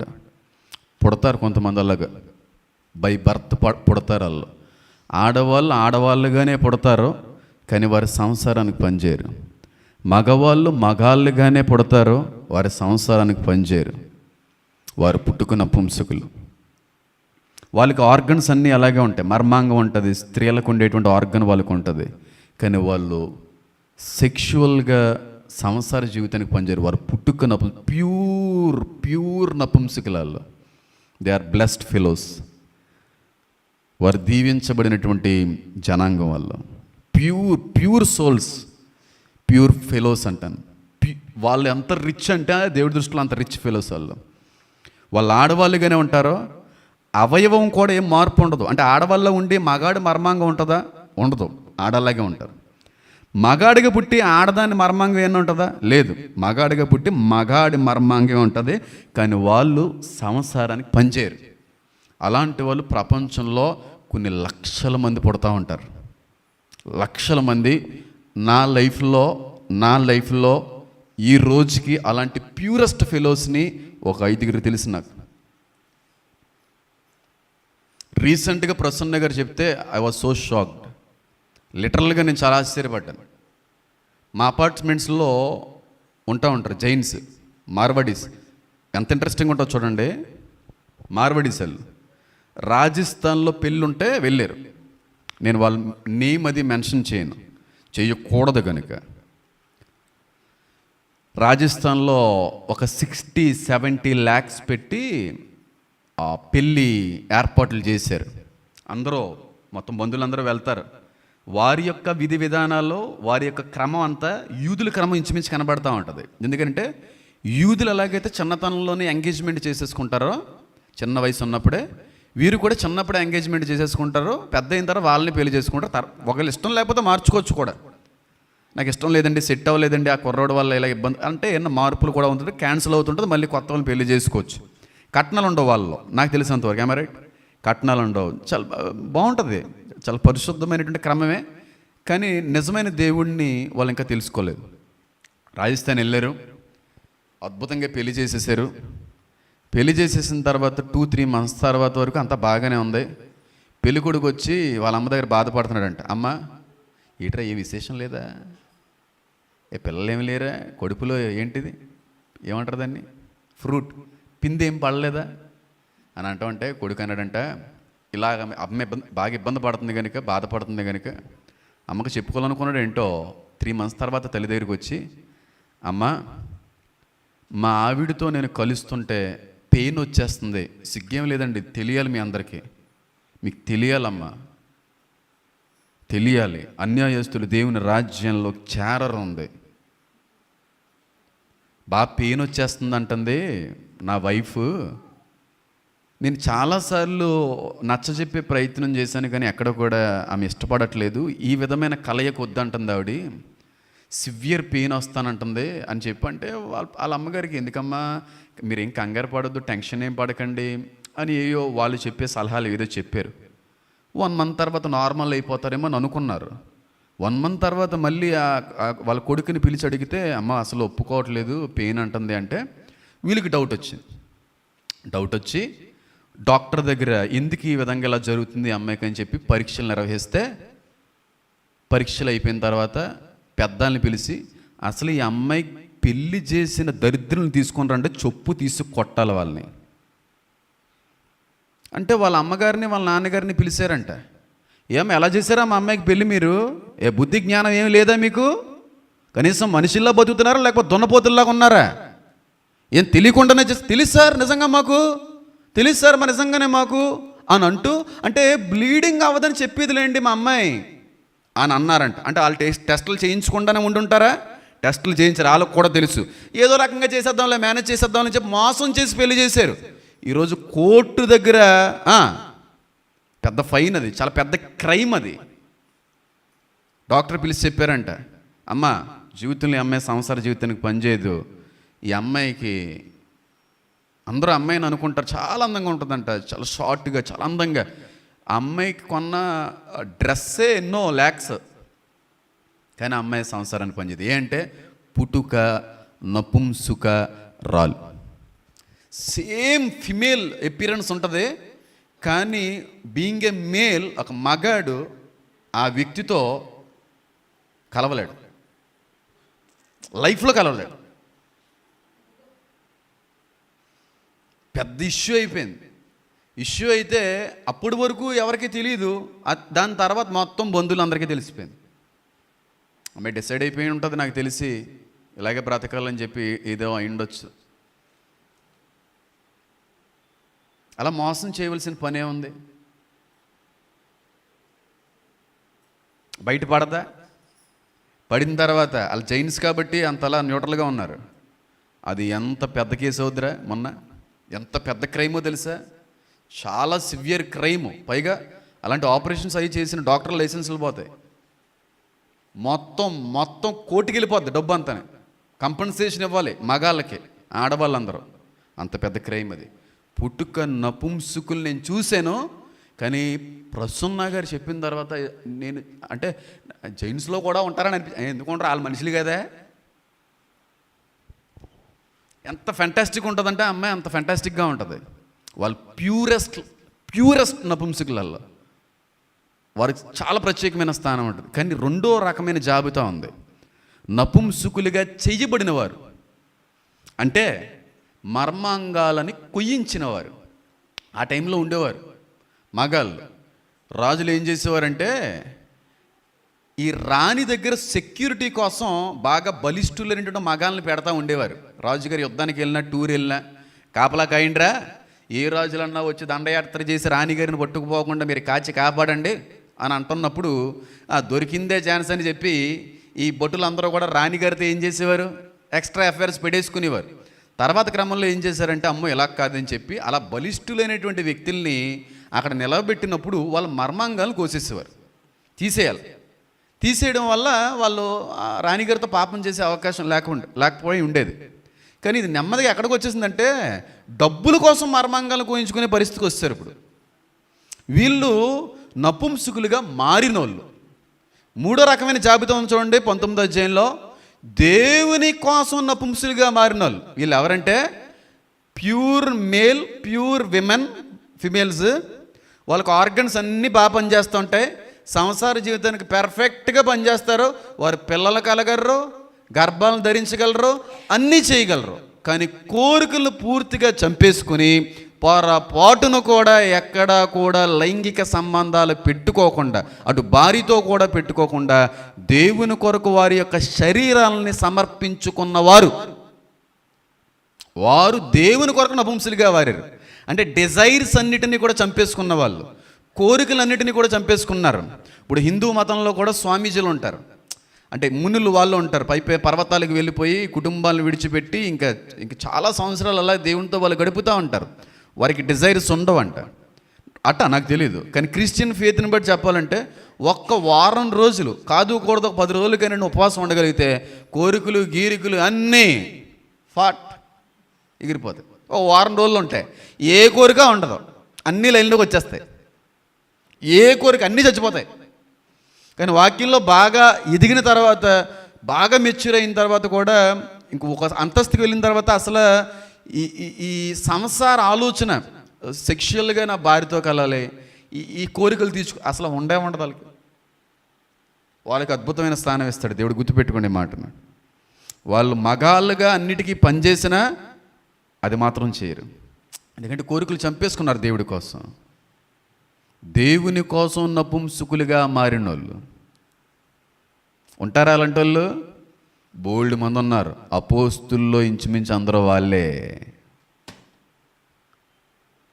అందరూ వాళ్ళే ఇంచుమించుగా అన్నీ చంపుకొని, అన్నీ చంపుకొని, దేశాలు విడిచి, కుటుంబాలను విడిచి, కోరికలన్నీ పాతాళానికి తొక్కేసి, దేవుడు పనే సర్వస్వం అన్నట్టుగా వారి యొక్క జీవితాన్ని దేవుడికి సమర్పించుకున్న నపుంసకులు కూడా గలరో, కానీ రేరుగా ఉంటారు. వాళ్ళకు కూడా చాలా ప్రిషియస్ స్టేజెస్ ఉంటాయి. దేవుడు వాళ్ళకి అద్భుతమైన స్థానాలు ఇస్తాడు పరలోకంలో. ఎవరెవరికి? పుట్టుక నపుంసకులకి, దేవుని కొరకు మారిన నపుంసకులకి స్థానాలు గొప్పగా ఉంటాయి. ఈ మధ్యలో మార్పు చెంది నపుంసకులుగా మారి పాపంలో బతుకున్న వాళ్ళు ఉండవు. మారితే ఏమన్నా ఉండొచ్చేమో. ఇప్పుడు ఎంతమందికి అర్థమైంది? ఆడంగితనం అనే ఆలోచన వచ్చిన తర్వాత ఇది ఎక్కడికి వెళ్ళిపోతారంటే, ఆ మర్మంగాన్ని కట్ చేయించేసుకోవాలనే స్టేజ్కి పోతారు.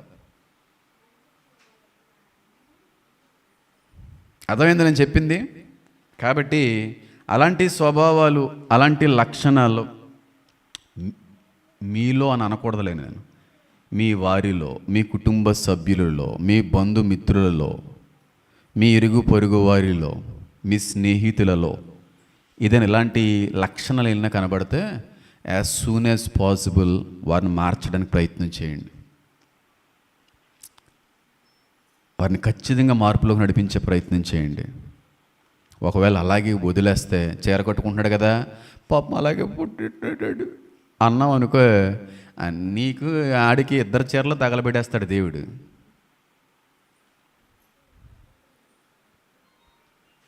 అర్థమైంది? ఆడంగితనం అనేవారు సహసిద్ధంగా పుట్టరు.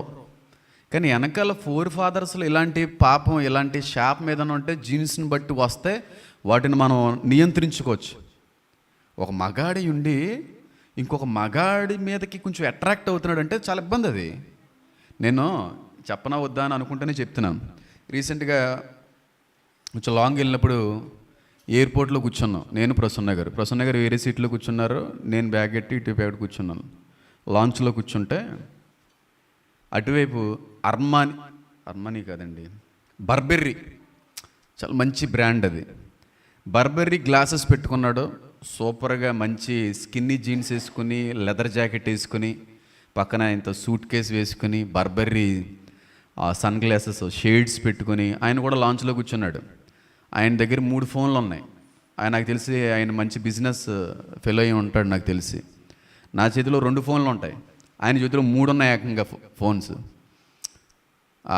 మంచి బియర్డ్, మంచి షేప్ పెట్టుకున్న బియర్డ్, అంత ఫైన్ ఉంది. నేను ఆయన చూశాను, తర్వాత నేను పట్టించుకోలేదు. మళ్ళీ తర్వాత 2వ సారి 3వ సారి ఎందుకో పొరపాటుగా చూశాను. ఆడు నన్ను చూడడం కళ్ళు ఆపట్లేదాడు. డ్యూటరే ఆడికంటే బాగున్నానా లేకపోతే ఏంటి అసలనే, నేను నార్మల్గానే ఫార్మల్ చేసుకుని ఉన్నాను, మీటింగ్ అది పూర్తి చేసుకుని వస్తున్నాం కదా అనుకుంటే ఆపట్లేదే. టాయిలెట్కి ఆ పక్కన వాష్రూమ్కి ఉంటే వెళ్ళాను, టాయిలెట్కి వచ్చేసాడు వెనకాల. ఇదేం చెప్పలేదు ఎవరికైనా, ఇప్పుడు కూడా ఆవిడకి కంగారు పడద్దని. వచ్చేసిన తర్వాత ఆడు ఏవో ఓవర్ యాక్షన్ చేస్తున్నాడు పక్కన మిర్రర్ దగ్గర. ఇంచుమించు ఫ్లైట్ ఎక్కే వరకు ఆడి సినిమా చూడలేకపోయినాడు నేను. అప్పుడు అర్థమైంది ఈడెవడు తేడాగాడు, మనం చాలా జాగ్రత్తగా, లేకపోతే ఆడు ఏం చేస్తాడు మనల్ని గోకుతాడు.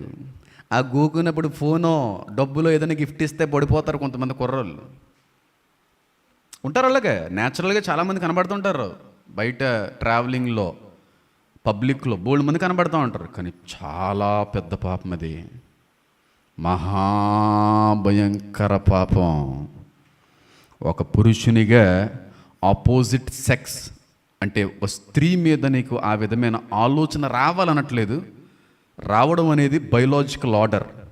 కానీ ఒక పురుషుడై ఉండి మరొక పురుషుని మీద ఆలోచన వస్తుందంటే అన్యాచురల్, చాలా భయంకరమైన పాపం అది.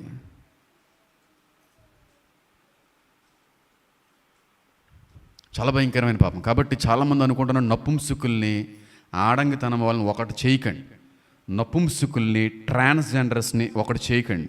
ప్యూరెస్ట్ నపుంసకులు ఎవరంటే బై బర్త్ ఉంటారు, వాళ్ళు పుట్టుకు నుంచే ఉంటారు.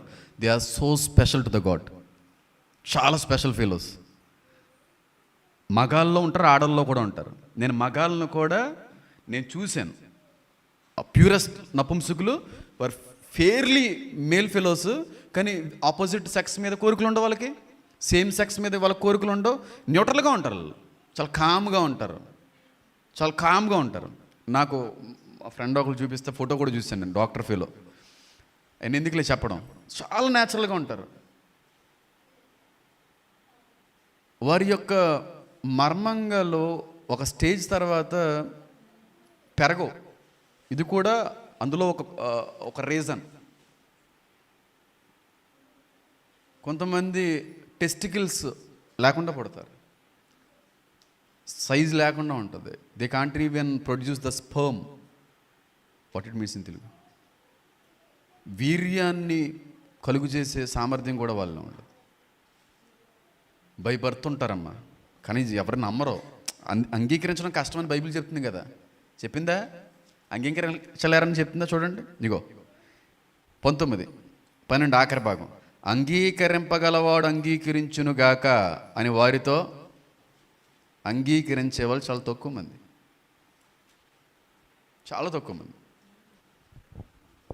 అలా ఉంటారు, మీరు నమ్మండి. ఎవరికి తెలియనటువంటి విషయాలు నాకు తెలుసు అని అనట్లేదు, కానీ లిటరల్గా నేను ఆ విషయం తెలిసిన తర్వాత ఈ జైన్ ఫ్యామిలీలో జరిగిన విషయం అలాంటి చాలా జరిగినాయి, నాకు చాలా తెలుసు. మాకు తెలిసిన డాక్టర్స్ కూడా ఇలాంటివి చెప్తూ ఉంటారు. వాళ్ళు కౌన్సిలింగ్ ఇచ్చి పంపించేస్తూ ఉంటాం, అలాంటి చేయకండి, తప్పులే చేయకండి అని చెప్పని. అది చెప్పిన తర్వాత అయ్యి బాబోయ్, రేరెస్ట్ కాదు, చాలామంది ఇలా పుడతా ఉంటారని నాకు బాగా అప్పుడు బలమైన అభిప్రాయం నాకు అప్పుడు కలిగింది. ఎందువల్ల అలా పుడతా ఉంటారంటే దేవుని ఉద్దేశం, దేవుడి చిత్తం. కానీ చాలా వరకు వెనకటి వారి యొక్క దోషం, వెనకాటి వారు చేసిన పాపాలు, వెనకాల తరం చేసినటువంటి శాపాలు. అంటే ఇందాక మన ద్వితీయోపదేశకాండ ప్రకారంగా ఒకవేళ చూస్తే శాపాలను బట్టి కూడా అనుభవిస్తారు. ఎందుకంటే ఉండొచ్చు, శాపాలు ఉన్నాయి, జాగ్రత్తగా మనం బ్రతకాలి. ఎంతమందికి అర్థమైంది? ఆడంగితనము కలిగిన వారు వేరు, హిజ్రాలు వేరు, నపుంసకులు వేరు. దానియేలు కూడా నపుంసకుడు అని అంటూ ఉంటారు కొంతమంది. ఎందుకంటే రాజ సంస్థానంలోకి వెళ్ళిన తర్వాత ఆయనకు కూడా ఆ మర్మానంగం తీయబడింది, అనన్య షడ్రక్ మెషక్ అబేద్నెగోలు కూడా అలా చేయబడింది అని అంటూ ఉంటారు. కొంతమంది భక్తుల గురించి కూడా ఆ విధమైన ఆలోచన ఉంది, కానీ అది అనవసరం విషయం కనుక నేను మాట్లాడట్లేదు. ఉంటారు, అలాంటి వాళ్ళు పుడతారు. ఇంత తేడా ఉంది. అందులో ఎవరు జెన్యూన్ అంటే ప్యూరెస్ట్ బై బర్త్స్ నపుంసకులే. ఎవరు జెన్యూన్ కాదంటే ఇజ్రాయెల్ జెన్యూన్ కాదు, ట్రాన్స్ జెన్యూన్ కాదు, ఆడంగితనం గలవారు కూడా జెన్యూన్ కాదు. వాళ్ళు ముగ్గురు కూడా ప్రకృతికి వ్యతిరేకమైన స్వభావాలు కలిగిన వాళ్ళు. అది సాతాన్ నుంచి వస్తూ ఉంటుంది. హోమోసెక్షువల్ డిజైర్స్ ఇవన్నీ కూడా సాతానుగడ పెడతా ఉంటాడు. వాటిని మనం అధిగమించాలంటే వాక్యం చదవాలి, ప్రార్థన చేసుకోవాలి, ఉపవాసాలు ఉండాలి. యవనస్తులకు చెప్తున్నాను, ఇప్పుడే కాలేజెస్లోకి వెళ్ళిన యవనస్తులకి, ఇలాంటి వారు ఎవరైనా ఉంటే వారు కొంచెం దూరంగా ఉంటూనే మంచి మాటలు చెప్పి మార్చే ప్రయత్నం చేయండి. కానీ నిజంగా వాళ్ళు చాలా ప్యూరెస్ట్ సోల్స్, వాళ్ళు మంచి, చాలా నిమ్మలమైన, నెమ్మదైన, చాలా స్వార్థం లేని స్వభావాలు ఉంటాయి వాళ్ళు. చాలా మంచి వాళ్ళు ఉంటారు నిజానికి, వాస్తవం. వాళ్ళు నేను చూశాను. నేను ట్రాన్సైగా మారిపోయిన వాళ్ళలో కూడా చాలా మంచి వాళ్ళని చూశాను నేను. అనాథ పిల్లల్ని దత్తత తీసుకుంటారు హిజ్రాలు, తెలుసా? అడుక్కునే వాళ్ళకి చీరలో డబ్బులు, బట్టలు పెడతారు, తెలుసా మీకు? అలాగా ఒక హిజ్రా 10 మంది అనాథ పిల్లల్ని పెంచి పోషిస్తుంది. అంత అద్భుతమైనటువంటి స్వభావం, కానీ రక్షణ లేదు ఆవిడికి. రక్షణ ఉండాలి, వాక్యానుసారంగా జీవించాలి, అప్పుడు వారికి ప్రత్యేకమైన స్థానాలు ఇస్తాడు. సత్యాన్ని తెలుసుకుంటా వారు ఎంత తప్పు చేసినా క్షమిస్తాడు. చిన్న మీకు ఒక సలహా ఇస్తాను. ఆడపిల్లలను కన్నటువంటి తల్లులకి, తండ్రులకి, మగబిడ్డలను కన్నటువంటి తల్లులకి, తండ్రులకి. ఎందుకంటే చాలామందికి తెలియట్లేదు, వీరు సంసార జీవితానికి, పెళ్ళికి పనిచేస్తారా లేదా అని తెలియకుండా కొంతమంది పెళ్ళిళ్ళు చేస్తూ ఉంటారు. అది ఎలా తెలుసుకోవాలంటే డాక్టర్ దగ్గరికి వెళ్ళి టెస్టులు చేయించుకుంటేనే కానీ తెలియదు. అది కూడా 12-13 ఒక టీనేజ్కి వచ్చే వరకు కూడా ఆ రిపోర్ట్స్లో అది సరిగ్గా రాదు. మీరు ఎలా తెలుసుకోవచ్చు అంటే వాళ్ళకి మంత్లీ మెన్సస్ రాదు.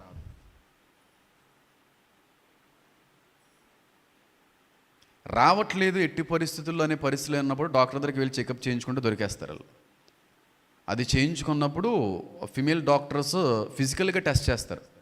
బై టచ్ మాత్రమే తెలుస్తుంది, పట్టుకోకుండా టచ్ చేయకుండా తెలియదు. ఏ ఎక్విప్మెంట్ కూడా దాన్ని బయటికి లాగలేదు. మీ పిల్లలు ఎవరైనా ఆ టైంకి వచ్చి ఆ ఏజ్కి వచ్చిన తర్వాత కూడా వాళ్ళు మెన్సస్ అది అవ్వట్లేదు అనుకోండి, డాక్టర్ గారిని చూపించండి. ఎందుకు అవ్వట్లేదు ఒకసారి పరీక్షించండి. అప్పుడు ఏమైనా తేడా ఉందంటే మీరు ఇంకేం చేసేది ఏమీ లేదు, ఇంక ఉండిపోవాలి. లేదమ్మా కొన్ని హార్మోనల్ ఇన్బ్యాలెన్స్ వల్ల అలా జరుగుతుందంటే ఫైన్, మందులతో అది క్యూర్ అవుతుంది. కానీ టీనేజ్లోనే చూపించండి. టీనేజ్లోనే వాళ్ళకి మ్యాక్సిమం బ్లీడ్ అవ్వదు. ఇంకా ప్యూరెస్ట్ ఫామ్కి వెళ్ళిపోతే వాళ్ళకి అసలు గర్భసంచి ఉండదు. నేను చెప్పేది రైటా రాంగా? నువ్వు డాక్టరే కదా. గర్భసంచి ఉండదు వాళ్ళకి. అది ఏ వయసున తర్వాత తెలుస్తుందండి అంటే ఒక సర్టెన్ ఏజ్ వచ్చే వరకు తెలియదు. మీకు పుట్టిన ఆడపిల్లల్లో కూడా అలా పుట్టాలని నా ఉద్దేశం కాదు. మీ కూతుళ్ళు అవ్వచ్చు, మీ మనవరాళ్ళు అవ్వచ్చు, తర్వాత జనరేషన్ అవ్వచ్చు, పుట్టొచ్చు. అలాగా మెయిన్లీ మేనరకాలు చేసుకోకండి.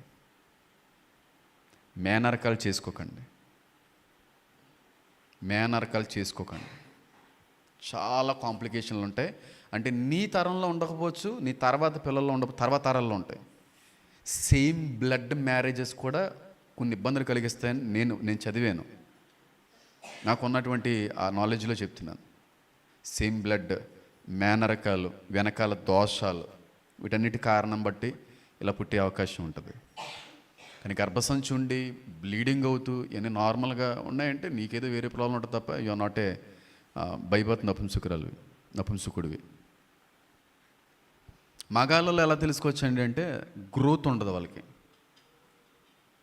వారి పీనిస్ గ్రోత్ ఉండదు, పెరగదు, ఎరెక్ట్ అవ్వదు. ఇలా మాట్లాడచ్చు అంటే మాట్లాడకపోతే మీకు ఎలా తెలుస్తుందమ్మా?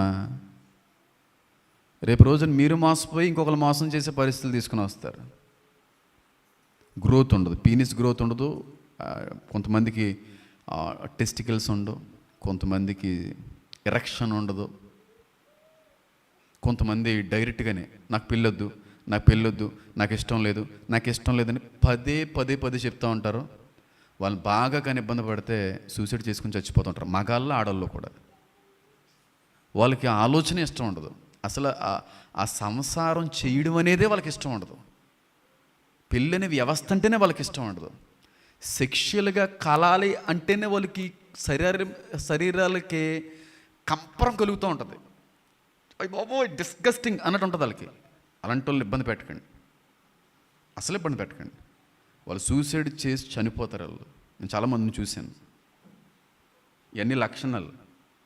ఎంతో సబ్జెక్టు నేర్చుకుని దేవుని పాదాల దగ్గర తెలుసుకున్న విషయాన్ని చెప్తున్నాను. ఇంకా చాలా చెప్పొచ్చు, కానీ ఇవి కొంత ఇబ్బందిగా ఉంటాయి. మీకు అలాంటి ఇబ్బందులు ఏమన్నా డైరెక్ట్గా ఫేస్ చేస్తే నన్ను కలండి, నేను మీకు క్లియర్ చేస్తాను అలాంటి డౌట్స్ అని. పబ్లిక్లో కొన్ని టర్మ్స్కి క్రాస్ చేసి వెళ్ళడం మంచిది కాదు. అంటే యూట్యూబ్ నుంచి కాదు, డాక్టర్స్ నుంచి కూడా నాకు అది మంచిది కాదు, వాళ్ళ కమ్యూనిటీ నుంచి కూడా నాకు మంచిది కాదు. కాబట్టి నేను వాటి మీద మాట్లాడకూడదు. ఎందుకంటే నేను డాక్టర్ కాదు కాబట్టి. డాక్టర్ కానివాడు డాక్టర్ ఇచ్చే సలహాలు ఇవ్వకూడదు. పెద్ద కేసు తెలుసా? డాక్టర్ కానివాడు ఎవడికో మందులు రాసి ఇవ్వకూడదు. పెద్ద కేసు తెలుసా? చాలా పెద్ద క్రైమ్ అది. అంటే నేను అలాగే ఏం చెయ్యట్లేదు, కానీ ఎందుకు నాకు అనవసరం అంత డీప్గా వెళ్ళాలనుకోవట్లేదు. ఈ క్వాలిఫికేషన్స్ మగాళ్ళలో ఉన్న ఆడాల్లో ఉన్న మొట్టమొదటిగా ప్రార్థన చేసి డాక్టర్ గారికి చూపిస్తే రెక్టిఫై అయితే రెక్టిఫై అవుద్ది. రెక్టిఫై అవ్వకపోతే దేవుడు పాదాలు పట్టుకుని జీవితాంతం బతికండి. సూపర్ స్థానాలు ఇస్తాడు దేవుడు, మార్వల్ స్థానాలు ఇస్తాడు దేవుడు. అద్భుతమైన స్టేజెస్, అద్భుతమైనటువంటి స్థితిలో దేవుడు మిమ్మల్ని నిలబెడతాడు. కానీ ఆడంగితనం అనేది మాత్రం మంచిది కాదు. పురుషుడయుండి ఆడవారి బట్టలు వేసుకోకూడదు, ఆడదయ్యుండి పురుషుని బట్టలు వేసుకోకూడదు. ఎందుకు వేసుకోవాల్సి వస్తుందంటే వారికి ఆ ఫీలింగ్స్ పెడతాడు సాతానుగాడు. ఈ మధ్యన చూస్తే ఆడవాళ్ళు చెవిలీలు అయి పెట్టుకోవడం ఎంత ఆడవాళ్ళు చేసేవాళ్ళు. కానీ నేను కూడా పెట్టుకున్నాను ఒకప్పుడు, అలాగని వేరే కాదు. కానీ చెవులీలు మగాలు పెట్టుకుంటున్నారు. అది ఎవరు చేసేది? వాస్తవానికి మనం చూస్తే ప్యాంట్లు షర్ట్లు ఎవరు వేసుకునేవాళ్ళు? మగాళ్ళు. ఇప్పుడు ఎవరు వేసుకుంటున్నారు? అందుకే గే కల్చర్ ఎక్కువైపోతుంది. మీకు అర్థం కావట్లేదు. కొన్ని దుస్తులు శరీరానికి మరింత టైట్ అవ్వడం వల్ల కూడా కొన్ని హార్మోనల్ చేంజెస్ అవుతాయంటే మీరు నమ్ముతారా? చాలా లూజ్ ఉండాలి. మరీ లూజ్ అని కాదు, కానీ అది కూడా కొన్ని రిపోర్ట్స్లో నేను చదివింది అంతే. అస్సలు మగాడిగా పుడితే మగాడిగానే బతుకు, మగాడిగానే చచ్చిపో. ఆడదానిగా పుడితే ఆడదానిగానే బతుకు, ఆడదానిగానే చచ్చిపో. అంతేగాని మగాడిగా పుట్టి నాకు ఆడవాళ్ళు వంటి ఫీలింగ్లు వస్తున్నాయి, ఆడవాళ్ళ బతకాలనుకుంటున్నాను, నాకు చీర కట్టు మమ్మీ, నాకు ఫంక్షన్ చేయి మమ్మీ, నాకు బొట్టెట్ అంటే చెంప మీద ఒకటి ఫాట్ లాగి డాక్టర్ చూపించి కౌన్సిలింగ్ ఇప్పించండి. ఆ స్టార్టింగ్లో మీరు కానీ ఆ వ్యక్తిని నియంత్రించగలిగితే సూపర్, లేకపోతే మాత్రం కట్టింగ్ల వరకు వెళ్ళిపోతారు వాళ్ళు. ఆ కట్టింగ్లు అయిపోయిన తర్వాత మళ్ళీ మరి సర్జరీ చేసి కుట్లేసి చేసేది కాదు అది ఏమీ, ఇంక మళ్ళీ ఇంక పని చేయరు. ఇంకల్లా పని చేస్తారన్నా కట్ అయిపోయిన తర్వాత జాగ్రత్తగా ఉండండి. కాబట్టి అది సాతానికి సంబంధించిన బిహేవియర్, సాతాను గడిపెట్టేటువంటి ఆలోచన విధానం. అది ఎట్టి పరిస్థితుల్లో కూడా దేవుడు అంగీకరించడు. హేయం అన్నాడు ఆయన. అన్నాడా? చాలా చిరాకంట అలాంటి వాళ్ళు అంటే. ఇలాగ కటింగ్లు చేసుకునే వాళ్ళు, ఆపరేషన్లు చేసి మార్పులు చాలా చిరాకు దేవుడికి. ఓకేనా? అందరికీ అర్థమైంది కదా? ఆడంగితనము గల వారు కూడా దేవుని రాజ్యాన్ని వారసులు కాలేరు. ఈవినింగ్ సెషన్లో మరొక అద్భుతమైన విషయంతో మీ అందరి మధ్యకి వస్తాను. ఈలోపు కళ్ళు మూసుకుందాం, చిన్న ప్రార్థన చేసుకుందాం. నా దేవా, నా తండ్రి, నా ప్రభువా, మీకు